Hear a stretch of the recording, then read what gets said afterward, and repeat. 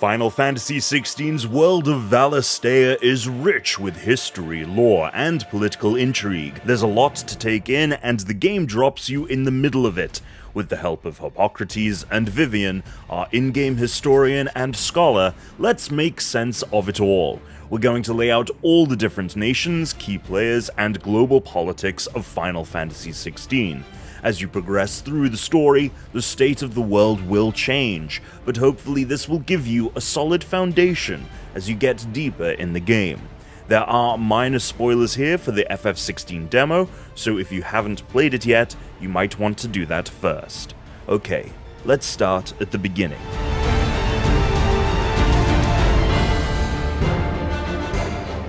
FF16 takes place in the world of Valisthea. It consists of two continents, Storm to the west and Ash to the east. 3 of the 5 major countries are located on Storm: the Grand Duchy of Rosaria, the Holy Empire of Sanbreque, and the Dahlmekian Republic. The Iron Kingdom is an island that lies just off the western coast of Storm, and the Kingdom of Waloed is the only remaining country located on the continent of Ash. All 5 of these kingdoms vie for resources and land as a mysterious phenomena called the Blight swallows up large swaths of it. The Blight is slowly sucking the life out of Valisthea, meaning the habitable areas are shrinking, and entire nations are being driven out of their homes. Meanwhile, many of the nations that call Valisthea home are dependent on the Mothercrystals. These giant crystal mountains are rich with Aether, a life force that is considered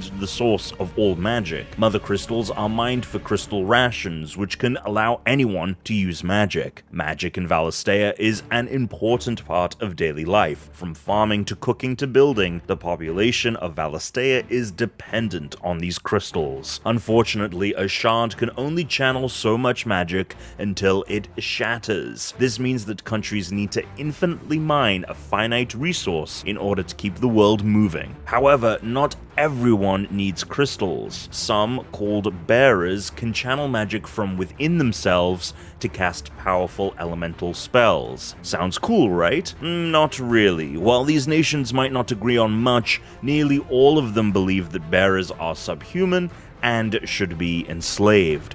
Bearers are marked with a tattoo on their face and are often treated poorly, and forced to use their magic for their master's bidding. The problem is that if a bearer overexerts themselves, they will eventually catch the crystal's curse and turn to stone. Clive, our handsome, brooding protagonist, is a bearer, but we'll get to him later. First, let's go over icons and dominance. Icons are essentially summons from previous games, such as Titan, Ifrit, Shiva, and so on. In FF16, icons reside in a dominant, someone who can channel the power of an icon and transform into them. Dominants are treated as weapons. Any nation that controls a dominant is a force to be reckoned with. There are 8 icons in total, and 2 icons of the same element shouldn't exist. That means Phoenix and Ifrit shouldn't be fighting in the opening hours, but of course, that's part of the mystery of FF16. The story begins in Rosaria. Clive, the player character, is the son of Archduke Elwyn Rosfield. Clive's mother, the Duchess of Rosaria Annabella, is a descendant of the Phoenix bloodline, meaning that her offspring could be a dominant. As it so happens, Joshua, her youngest, is the dominant of Phoenix. He can't summon Phoenix yet, but he's working up to it. Clive, Joshua's older brother, is a bearer. Annabella hates bearers, and in turn, she treats Clive like shit. Fortunately, Clive's father, Elwyn Rosfield, doesn't hold it against him. Together, the Rosfield family rules the Grand Duchy of Rosaria. To the north of Rosaria lies the Northern Territories. This area was once ruled by a smattering of warring tribes.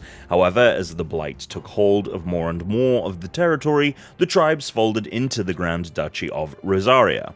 Jill Warwick, Ward of Rosaria, is a descendant of these people, and now she resides in Rosaria with Clive and his family. And this is Torgal, Clive's trusty companion. The Dahlmekian Republic lies in the south of Rosaria and is home to the Velcroy Desert. Dahlmekia consists of 5 federations that are united by a prime minister. However, Hugo Kupka, the permanent economic advisor and dominant of Titan, holds most of the power in Dahlmekia. As Dahlmekia is dominant, the prime minister and states bend to his will. The Dahlmekian Republic is allied with the Kingdom of Waloed, the only country on the continent of Ash. The alliance is largely spearheaded by Hugo Kupka's romantic entanglement with Benedicta Harmon, Waloed's intelligence commander and dominant of Garuda. While the two nations' agreement is tenuous, Kupka and Benedicta are very, very into each other. Does the lion take care when he chases the hare? Or do you think me one of the latter? No, my love.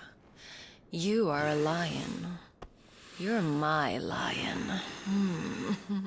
To the northeast of Rosaria lies the Holy Empire of Sanbreque. It's the realm's largest theocracy, meaning they worship Gregor, the god of the crystals. The nation is run by a council of 5 cardinals under the leadership of the Emperor. Emperor Lesage rules over Sanbreque. Lastly, the crystalline dominion, located between the 2 continents, sports the largest mother crystal and acts as a neutral state for all nations. Smack in the middle of the sea between Rosaria and the Iron Kingdom lies the Drake's Breath Mother Crystal. Control of the Mother Crystal can be traced back to Rosaria, but the Iron Kingdom believes it has claim to the crystal, and at the start of 16, it had recently taken control of it. In order to get back the Mother Crystal, Elwyn needs the power of the Phoenix, which resides in his youngest son Joshua. But before Rosaria can harness the power of the Phoenix, he needs to take his youngest son Joshua to Phoenix Gate so he can learn to channel his abilities. Unfortunately, things don't go as planned, and the Holy Empire of Sanbreque invades Phoenix Gate at night